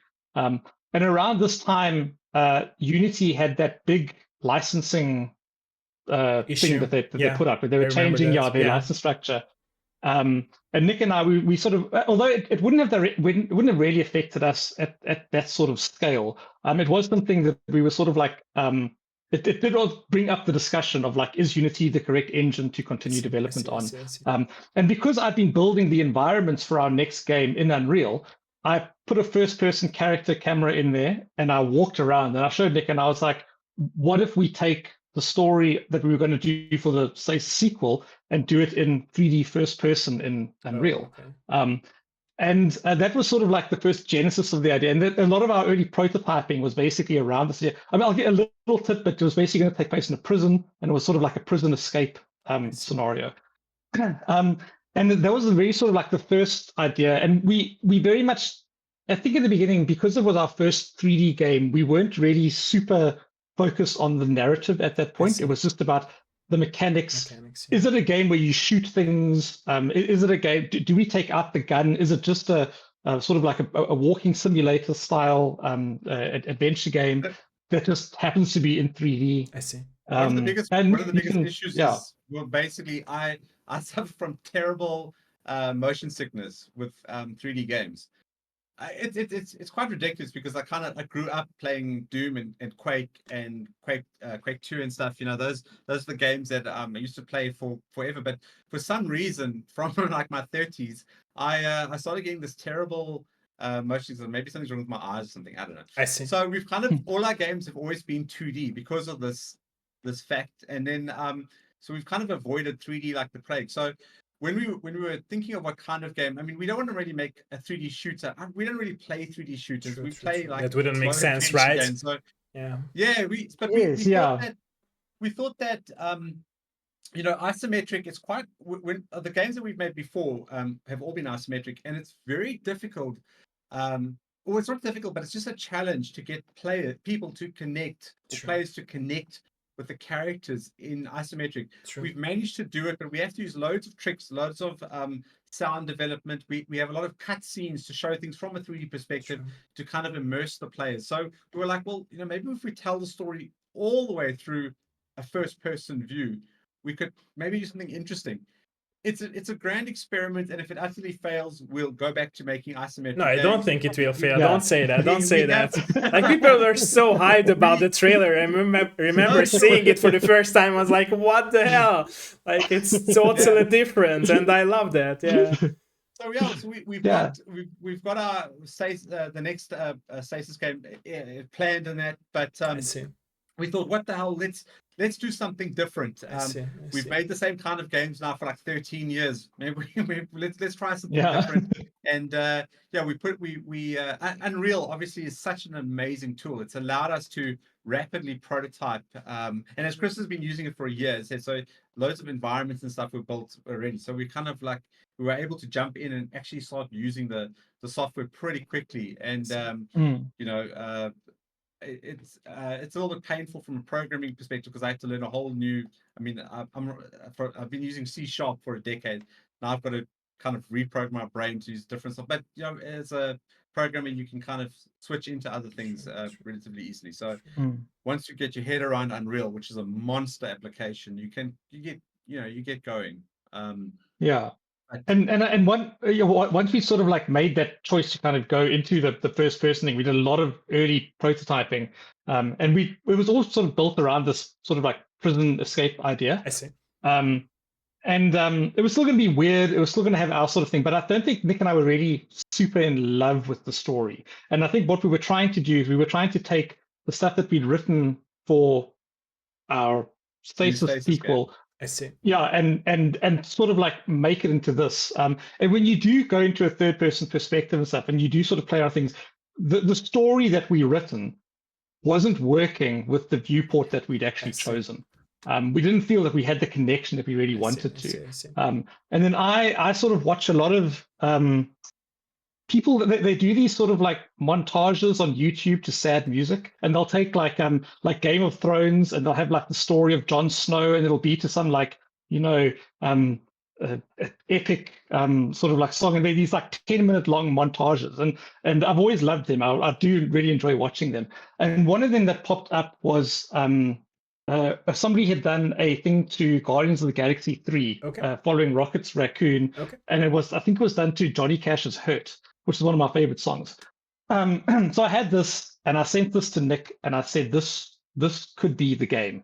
And I said, if we sort of take this idea of these animals, bring it in, and it's just having that initial, like, as I said earlier, there can be like one piece of artwork or one idea that basically sparks everything. And once we did that, we suddenly started to have these conversations about the stories that we grew up with. Watership Down and Plague Dog and We Three and all of these incredible like animal-based stories and stuff. I see. And suddenly all these ideas started to flow. Nick and I are animal lovers, very much so. And suddenly it just sort of it opened up this entire flood of story ideas and gameplay and mechanics and things that we didn't actually know was there, and everything just sort of fell perfectly and beautifully into place. And I can't go into the themes of the story too much, but I mean the themes definitely resonated with a lot of the things that Nick and I, again, drawing on personal experiences and loves and found family and that's what I wanted to say, is that the family theme is still there, in my opinion. Seeing the trailer of the very game, much so. Very much so. We're still going to tell the same kind of really emotional sort of roller coaster story, and just with really I think just really interesting characters that we kind of have to kind of manipulate and kind of put in interesting situations. And I think players are really going to relate to it. One thing also, it's something that we've kept in mind, and we try to push it in the trailer and try to reiterate it in all of our marketing speak and whatever, is that we're not making a first person shooter. We don't know anything about first person shooters and how to make them. That's like a total different genre. We're making skill a game sets, that although we do have there's a gravity manipulation tool that's used to solve various puzzles, and you can like hurl like a box or whatever at a door, and I see. you can craft a little EMP device and throw it. But we sort of we're not making a first-person shooter. We're making a first-person game like we've made before, but with a different viewpoint. And also, obviously, it's going to use all the mechanics that a first-person view allows us to do. So we're quite excited about a lot more sort of like in environmental manipulation, which is something that's very difficult to do in 2D pre-rendered games. To manipulate the environment in that process isn't me. You've got to sort of like render out the different stages of the environment. You've got to sort of cut out different pieces. But now we can actually have a lot of environmental manipulation, physics-based puzzles and things like that. So we're really trying to use the 3D view and the tools that gives us to tell the same kind of stories and kind of things that we really enjoy and that we want to actually put through. And in terms of the story, my wife has actually banned me from even mentioning certain parts of the story because she finds it too emotionally wrenching. So she won't even play the prototype with me because she says it's too difficult to actually watch. So I'm excited, and also hopefully she will play the full game, right? Yeah. It's going to be interesting to see how people actually respond to the characters and to the game world that we've actually made. I see. Okay. So a question that also like came up to my mind playing your past games was like, are you planning to have like physical editions from any of your past game or your future games that you are planning to make? Yeah, so there's actually a boxed edition of Bone Totem in production. Okay. That's been done by our partners, Feardemic, but that's going to be for the Switch and for the Xbox and PS, console releases. Console releases, I see. PS4/5 releases. So they're actually busy with that at the moment. I can follow up and find out, but I know that there is a box production happening. And then we actually have physical boxes. We did our Kickstarter campaign. Yeah, you mentioned that. Yeah. So we had physical box releases with that, and then our partner Daedalic for Stasis, when they were publishing Stasis or distributing Stasis for us, they had a box edition, which I have a couple of them. I see. I think you can still find them on Amazon and eBay and stuff. Reselling but the box stuff, biggest problem is the production costs are really high. Although we managed to produce really high quality boxes in South Africa, the problem is shipping them out is ludicrously expensive from South Africa. So especially nowadays. Oh yes, we had the unfortunate. We had our game. We had physical rewards for Beautiful Desolation, and we had these immense boxes that we had custom made, and we had thousands of them. It was ridiculous. Our house was packed with all these fancy gold foil boxes, and then we were ready. The game came out, everything was cool, and COVID hit, and then we had to now mail out like international shipping shut down. At the international shipping rates, that's really unlucky. The price of shipping doubled. We never made a cent of the physical rewards because we had to send everything out, and it cost so much money and we could have bought a car for what it cost just in the mailing. It was ridiculous. But so that's why when we did a small our own crowdfunding for our next game, we were like, no physical rewards because it's just too expensive to send out. Who knows what will happen next, right? It was actually the cheap card. Yeah. I see. Okay, we touched here a lot of topics, and like I said, I'm very thankful for your honesty. Are you down to answer some questions from my chat before I go into some more questions? Yeah. Thank you. Okay, let me read back the chat because there, as far as I can see, there were some comments that I missed. Someone said, I don't know who these talking white people are, but they're the great OG space about item.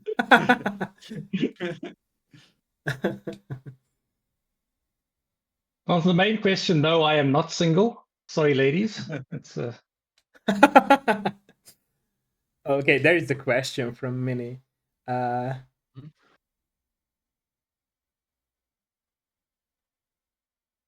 Okay, so the question is, who is the more creative person in the team?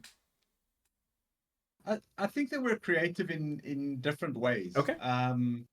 Chris is obviously a brilliant artist, like ridiculously good artist. I mean, in addition to our stuff that we do on these video games, we actually do quite a bit of work on other people's games as well. We don't really talk about that, but we do a lot of like concept development in that for other game studios. The biggest one we've ever done that's public would be for Wasteland. Okay. We did a lot of the concept work on Wasteland. I see. Wasteland 3. But yeah, so Chris is obviously immensely talented as an artist. But I think we kind of work well together. I think we're creative in different ways. I think my creativity tends to be a bit more analytical and what can be done in the real world. Chris is a bit more crazy, but then the art stuff that I like is a little bit more crazy and out there, where Chris likes that's the more healthy competition, traditional- right, between you? Yeah. But Chris See, has to I'll rein actually- my crazy ideas in sometimes. So. See, that's the thing. Like, I'll actually disagree with Nick. I think that Nick's actually a better artist than I am. And I've told this to my family. I've told this to my wife before. I think that Nick is actually a better artist than me. I'm just a bit more stubborn than him, and I'm just a bit more sort of like tools focused. But in terms of creativity, our projects always come where I'll come up with this like nugget of an idea, and then Nick will just like. I'm very much in grounded stuff. Like I like hard science fiction. I like my Christopher Nolan style, Interstellar. I see. That's sort of like very, very hard sci-fi. And Nick is very much sort of like, goopy three-eyed aliens and, what if this like insane thing actually happened? And I think that we sort of like, we definitely meet in the middle and definitely complement. Complement each other. So it's difficult to say who's more creative, because I think, and also, I think that you can't keep up creativity 100% of the time through an artistic project like a game. You're going to go through these ebbs and flows, and there's going to be points where you're completely creatively drained. And when that happens, it's very, very thankfully it's happened sort of like with the opposite of us, where I'm creatively drained. Nick will have sort of like a boost to be able to do something, and when he's feeling at a creative low, I managed to actually pull in those spots. So I think we very much complement each other. We very much are creative in very, very different ways. As I said, I'm a bit more stubborn when it comes to art than Nick, but I do think that as far as a fine artist goes, I think that Nick is a better artist than I am, even though I sort of do the art stuff. These are the most diplomatic answers you're going to get. So there's no fighting between each other, right? Anymore. No. Nice. Thank you, by the way, for the question and the answer. Okay, let me read back the chat. Another question from Minnie goes like that. Let me translate it to English. So she's asking that were there any points throughout any game development process in your life where an idea was totally different from one to each other? Like one of you had a totally different idea and the other had also. Chris, I mean, we're working on our 5th game, but in actual fact, we've probably started like 20 games that all the way through our thing that we've stopped and shelved and got rid of and stuff. I think that I think that we've often done it where Chris is working on something and I'm like, no, this is not working. We can't do this. Like, this is not going to work we can't spend 3 years on this. And it's been stuff that I've been gung-ho about and saying we're going to do it. And Chris is like, we're not going to spend, this is not going to happen. So, I think we kind of disagree with each other all the time. Have a very healthy... to do that as well, because, we both have to be, that's the thing also with game development is generally you both have to be on board with a full hog, because it gets to a point where you need to invest so much time and energy and money. Literally, we like rolling thousands and thousands of dollars of money that we made from the other games into the new games that you get to a point of no return. So we've got to make really sure that we know what we're doing and that we are not overly. But that being said, there's been times we've literally wasted like a year on something that we don't carry on with. I mean, that's just part of it, But those things you learn from those things. So it's we've got a very process. healthy graveyard. Yeah, we've got a healthy graveyard of incomplete projects where one of us has gone too far and the other one's gone back. And Just like you but don't also, I mean, feel it comes down to Yeah. it comes down to like minor decisions as well. I mean, there might be small things that I want to add, and Nick's just like no, it's small things that he wants to add, and I said it. So we constantly have disagreements, and I think thankfully, even though we have these disagreements, there usually is a point where we will agree on the thing, and that's the thing that gets implemented. And if both of us agree on it, we trust our gut to be able to say yes, this is the way to actually go forward. And so far, it hasn't led us astray. Yeah, Yes. I think it's like it's a good team size. I think if there's I know your audience is probably mostly guys in the indie dev space or in the dev space, and I think that when they're trying to get going and get a team size, if the scope of the project is beyond what one person can do, then I think getting a 2 or a 3 person team is a great idea, because you can definitely halt each other and kind of play ideas off each other, and it's not a negative thing at all. True. Obviously, I think a lot of game devs or sort of people who want to be in the game dev industry kind of have these dreams of having these massive studios of like 10 people or 20 people. You often see them, they'll come onto one of the Reddit forums and say, they've got a team of 10 people who are all working on some video game together, and they're going to make this game. Those projects never work out. I mean, there's probably like a handful that have ever in history worked out, because obviously to wrangle that many people and obviously not pay them to do it on the rev share or whatever is never going to work. Yeah. But it's very hard.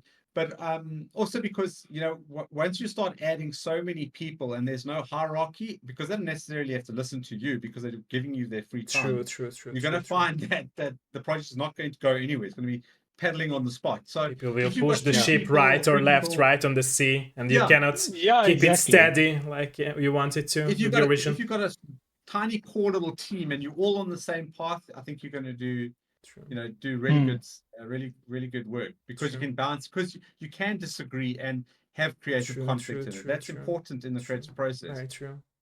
Yeah. Very true. Thank you again for the question and the answer. Sure. Thank you. Okay.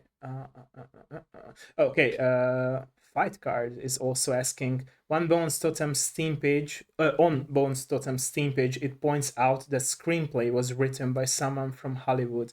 Did they come up with the entire Bone Totem plot concept, or was their role to sculpt your vision into a cohesive narrative? Cool. Do you want to speak about Jack there, Chris? Yeah. So Jack was. So I listen to a lot of audio podcasts, and a lot of sort of like audiobooks. I'm always listening to them.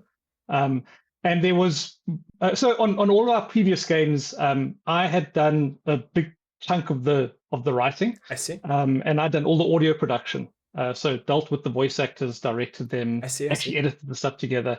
It's not a process that I enjoy. It's something that I can do, but I find it very draining. So my idea, my sneaky idea for a long time has always been to sort of like subtly suggest to Nick that we get another company to actually at least do the audio production side of it. So I would still do the writing, but we get somebody else to basically work with the voice actors and edit things together. Because you do get some companies that specialize in that, but they're never something we really realistically looked at using. Because it's difficult to go at control, right, Chris? True. Yeah. We're control freaks, so we want to have like our fingers in that and that sort of thing. And then I listened to this podcast. It popped up on my YouTube playlist. It's called Derelict, and there was only one episode of it. Okay. And I sent it to Nick, and I said, "Listen to this. This is the best audio drama I've ever heard." And then Nick listened to it, and then we went and I Googled it, and I found out that this guy or this podcast had an entire sort of other season that he'd made of something called Fathom. Okay. And I sent it through to Nick. And at the end of each podcast, it basically says this podcast was written, produced, and directed by J. Barton Mitchell. And I was like, so it's one person who's doing the writing, the production side, and the audio stuff. And I was like, this is like somebody that we could relate to. But the idea of using him in our games was never sort of like on the table. It was always just from we were fans, and from an admiration point of view that this person was able to actually do this. And then it got to the point where we had the story for Bone Totem. We had the game was very much. We tend to push writing to as far to the end of the process as possible, so that we have as much game there, so the writers can actually experience the game as they actually move through it. So we've got a very good core skeleton of the story, Yeah, we like but it's very scratch sort of like writing, so we kind of know. yes, We don't know exact dialogue, but we kind of know what they'll kind of say. yeah, Say, Like yeah.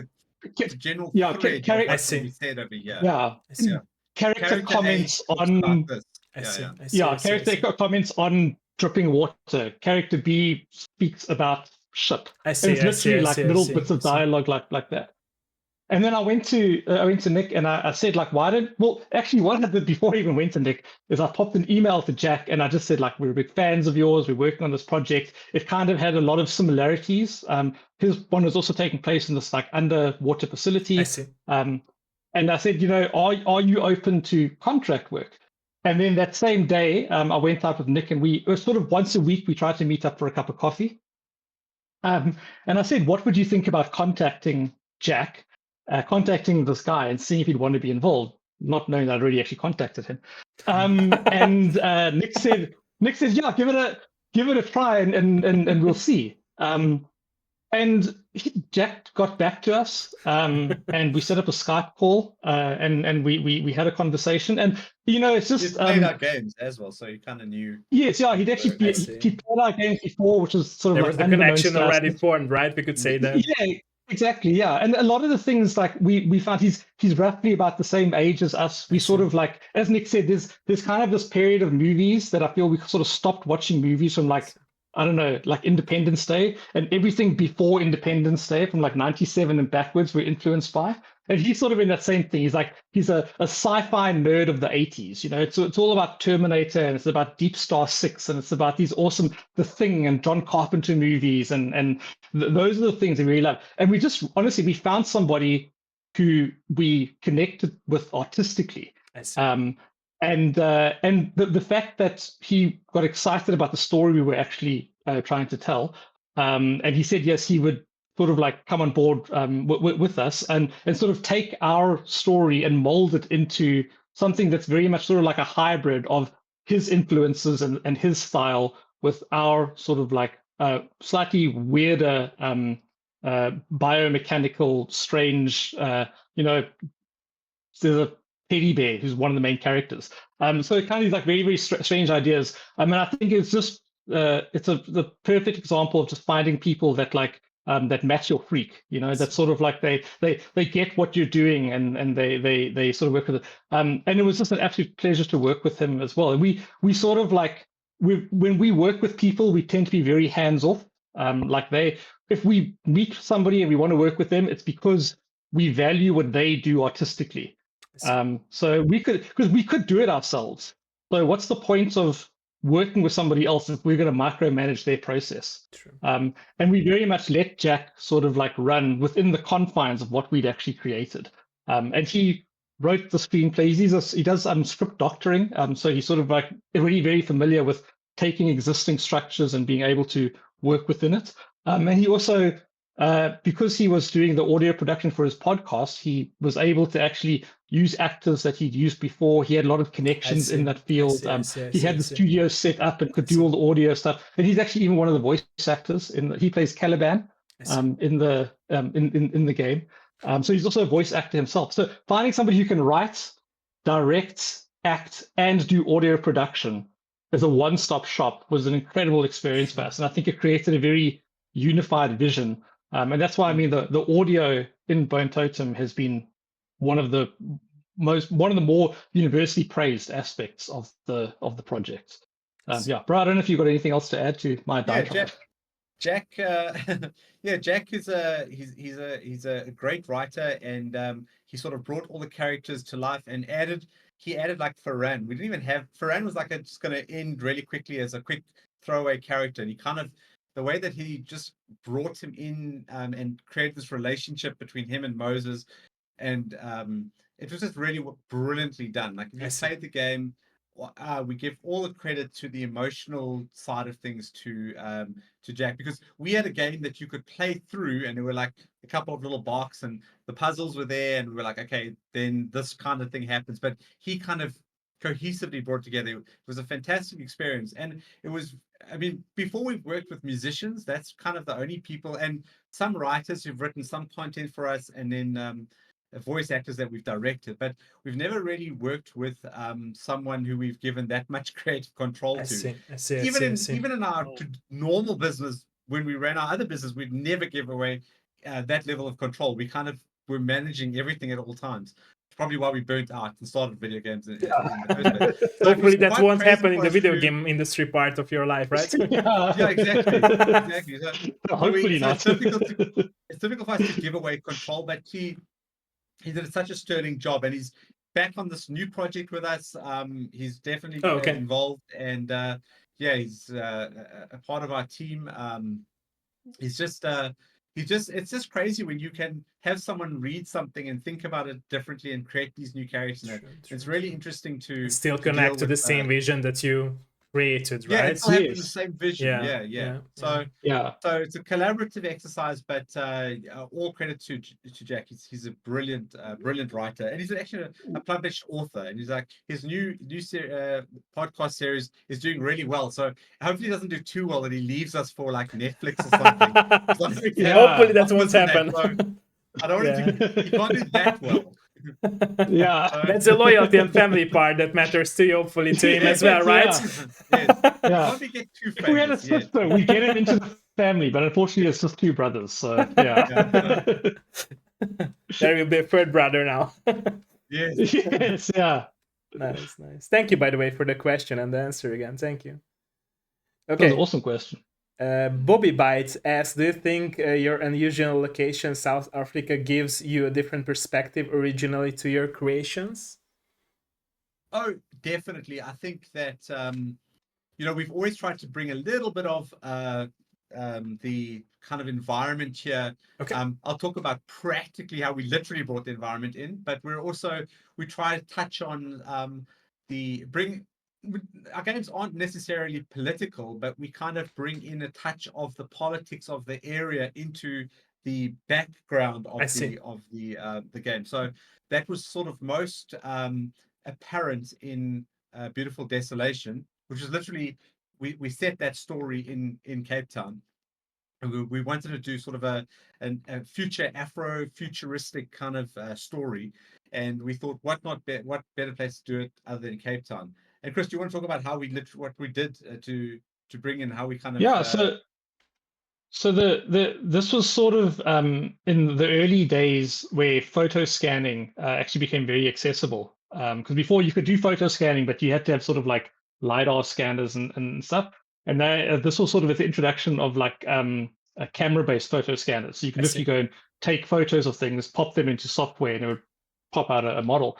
And we literally went around Cape Town and around particularly the area that we actually live, and we photo scanned nature. So the rocks, the seaweed, trees.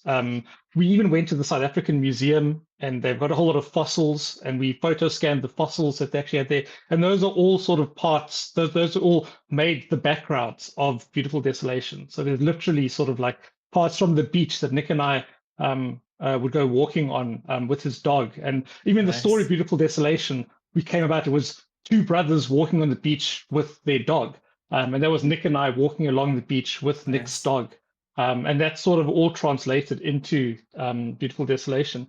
And we've joked around that our games, particularly Beautiful Desolation and Stasis, were made with diesel generators because South Africa has major electricity issues and major power issues. And sort of it's hard to not be influenced by the place that you live in. It happens a lot in your games, right?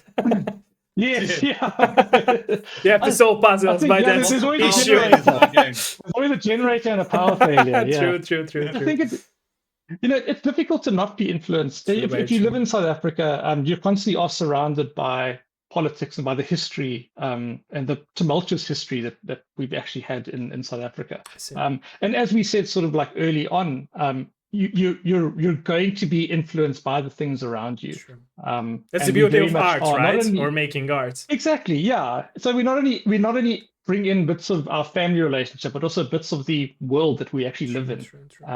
I think that in South Africa, as I said before, it's not an easy place to actually live. I count myself to be in a very privileged position to be in South Africa and do what we actually do. And there's even to the point where we have an advantage in that living here compared to international places is much cheaper. So it lets us actually build games that are probably larger than we would be able to build in other places. So we even take advantage of the fact that we live here to be able to create the games that we actually want to create.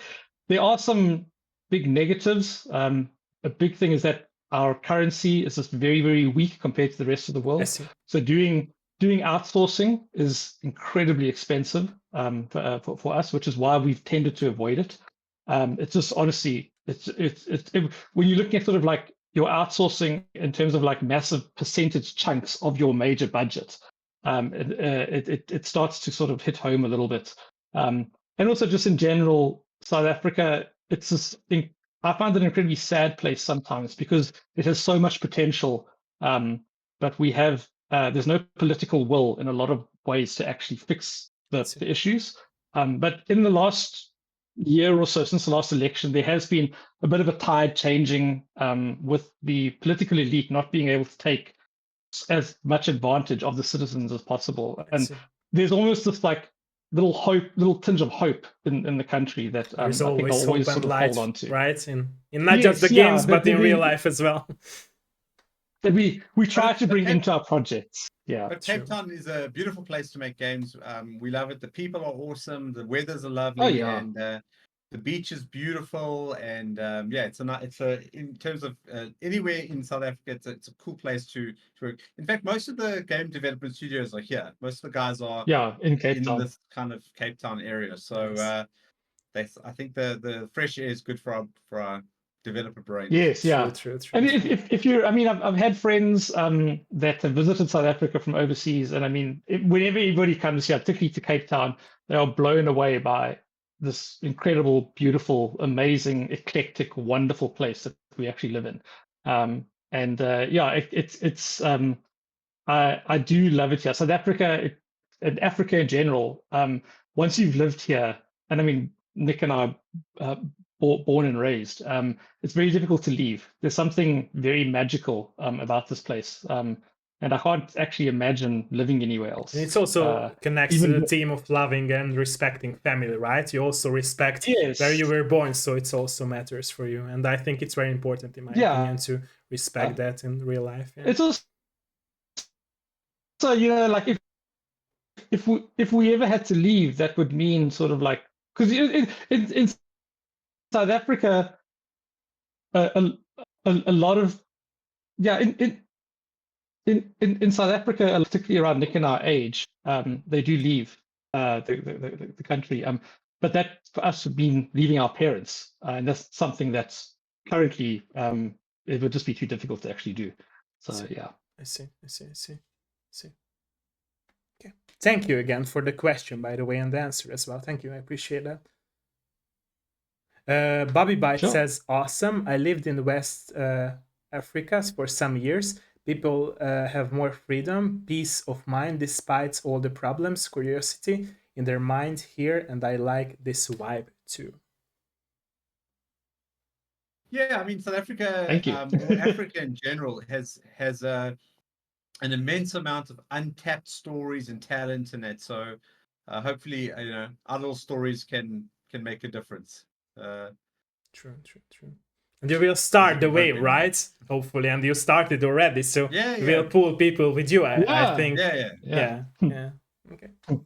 Thank you again so much for the questions and answers, ladies and gentlemen. Let us know if there is any more question from anyone on the chat. Let us know. Let me read back the chat if I missed any question. Let me read back.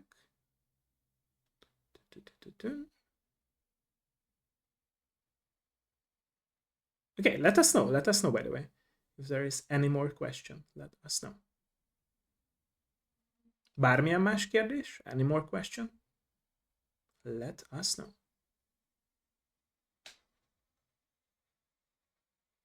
So while we are waiting for any more questions, do you think like by making games now you're really at the right spot of your life? I know it's a more philosophical question or a more personal question, but do you think like you found yourself by making games and telling stories? Yeah, I think. I mean, I look forward. I enjoy working, so I look forward to doing this stuff. And like I said, when we first started chatting earlier today, I'm very grateful for all the people that have purchased our game, because obviously every dollar makes a change. That we get a few cents from, because everyone else takes their cut along the way. But it allows us to do this and to make more video games. So we're sort of very thankful, and it's an awesome job. It's really hard work. It's tough, but I wake up every day and I'm happy to come sit at my computer and do the work. So I appreciate that privilege that people have given us. That they kind of like our weird stories and want us to tell more weird stories. So true. Yeah, I've often said to Nick, like, if we won the lottery, I'd still work. I'd still want to do this. If it, yeah, I can't imagine. Yeah, we make bigger games. I can't imagine not working with Nick. I can't imagine not working on having some sort of creative outlet. So the fact that I get to work with my brother on a creative outlet is an incredible thing. And I can't imagine doing anything else. And in 5, 10, 15, 20 years, regardless of where we are in our lives, one thing I can pretty much guarantee is Nick and I will be working together on some sort of creative project. I don't know what that creative project will maybe be. Movies it won't be and games, right? Yeah. Or movies, Maybe who knows? Movies. Yeah. Maybe it'll be a graphic novel, maybe it'll be writing something, but it'll be something where both him and I are working together on something creative. Because fans, I don't know. Yes, yeah, the only fans by having games, right? On there. Or fighting each other, coming back to fighting with each other again, right? Barefoot. Thank you. Okay, let us know, by the way, if there is any more question. Oh, okay. Bobby Byte says, if you had unlimited funding, no constraints, basically, what would be the dream game you would be making, or you don't know, or maybe a secret? Yeah, I think I'm not sure. I think I don't know if I have a dream game. I think that we kind of I think any game we're making at that point in time is kind of the dream game. It's kind of the game we want to make, you know. Yeah. Chris, what do you think? Maybe I don't know. I would probably make something in the lines of Star Control 2, which is my favorite game of all time. Okay. Probably. Maybe or Factorio. I'd make something like Factorio. Nice. Yeah, I was going to say Nick would make Factorio. For me, I would probably make the game that we're making now, but just with a larger budget. I see. So it would be nice to be able to outsource certain aspects of the game, be able to do things to a higher quality with sort of like better artists and that. But in terms of like the dream project, I think for us, the minute we start thinking about another project, almost means like we're losing a bit of direction on our current one. And that usually happens in sort of like the last 10% of the project, where you've had it up to here with what you're doing, your mind starts to drift onto other things. So this project, if you had to ask me at the end of Bone Totem, I probably would have said something along the lines of this. If you had to ask me at the end of Beautiful Desolation, it probably would have been something along the lines of Bone Totem. Yeah, so for me, we tend to leap into the dream project. All that would happen is just the budget would be bigger, but I think the game itself would probably be the same. It's one thing working. That's important that Chris mentioned there was that we try not to do, if we're working on a video game like now we're full on production. So in the earlier phase we kind of give ourselves permission to experiment with lots of things. But when we're in full production, we try not to do any other projects, because it's very easy to start getting distracted. And we need to finish, like the games have to be finished. That's also the most important task, right? To finish and launch. Yeah, to finish it. That's also one of the reasons we took like a year to announce AUP, is because we wanted to make sure that this was the game we were going to make. We don't want to mess people around. I see. So we're very careful about splitting our creative focus onto other projects when we because only two of us, we're trying to focus on one project. And I think it's important for creatives to keep that in mind. When you're in that initial phase, go wild. But when you focus on a project, especially in a multidisciplinary system like video games, you can't split that attention up. And so one of the reasons a lot of people don't finish the video games they're working on is because they get distracted by other things. They get distracted by maybe playing other games, but also maybe trying to develop another project. So if you find what you're going to do, focus it and finish it. Don't waste time. And the truth is that with game development, there's a very big chunk in the middle where it's not exciting and it's not fun. And there's an even bigger chunk at the end where you literally are playing a broken game every day, just trying to fix it. And I think that you have to sort of be able to harness that initial creative energy that you had on the project. And if you're sort of going, well, I could do this, but I've got this other idea for this other thing, that's going to be split. So I think that we've trained ourselves over years to have this hyper focus on a single creative project for an extended period of time. And then we sort of we let ourselves go off a little bit. There's probably a bit of depression that happens at the end of a project cycle where you sort of you've been so focused and then you kind of have to give yourself permission to lose that and to let it go past. And I've said to Nick, there's always a time in a project where I start to dream about it. And that's when I know we're sort of on the right track, because then the creativity isn't just sort of a day thing, it's actually going into my subconscious and I'm thinking about it. And then there's always a time period where you stop that sort of dreaming process and then it becomes the next thing to go into. You hate the game, you just want it out. And you hate the game and you just want to get it out and you don't want to read anything about it. And yeah. Okay, thank you again for the question and the answer as well. Okay, any more questions? Let us know if there is any more question, and if not, then I will go into some closing questions as well. By the way, is there any topic that we haven't touched and you would like to talk about? Because we really touched a lot of topics here, but if no, I think we've covered it all. Okay. Yeah. Okay. We can go into my deep criticism of the third act of Alien Romulus.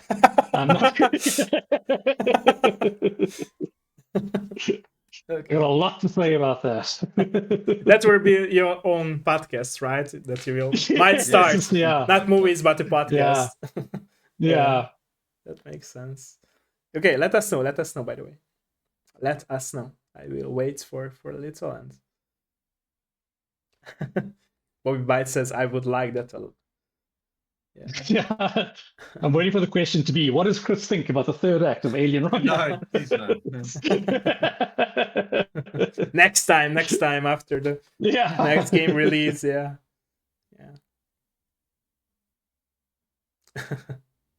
Fight Card says the end of Romulus also disappointed me.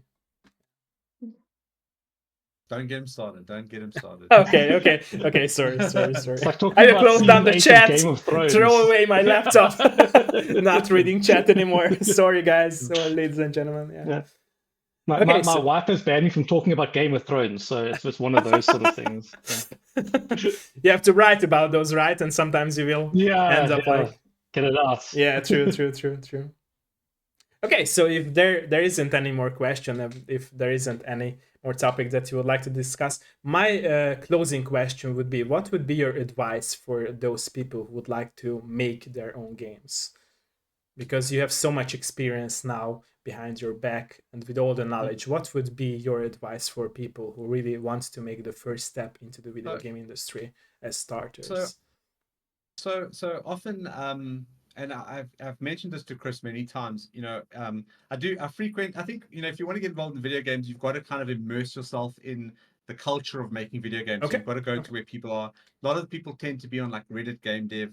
I'll go there once, twice a day, go check what the new topics are. I'll go and check all the various forums, go and watch a lot of the YouTube videos, kind of immerse yourself. But one common thing, and this is advice I'd give to people who want to get involved in this industry and are not involved yet, I often find that people are they do this kind of over planning paralysis where they like say they've written this game design document. They've never made a game before, but they've written a game design document, and they've been watching videos, and they're asking questions like, what tools do you have to use, and that kind of thing.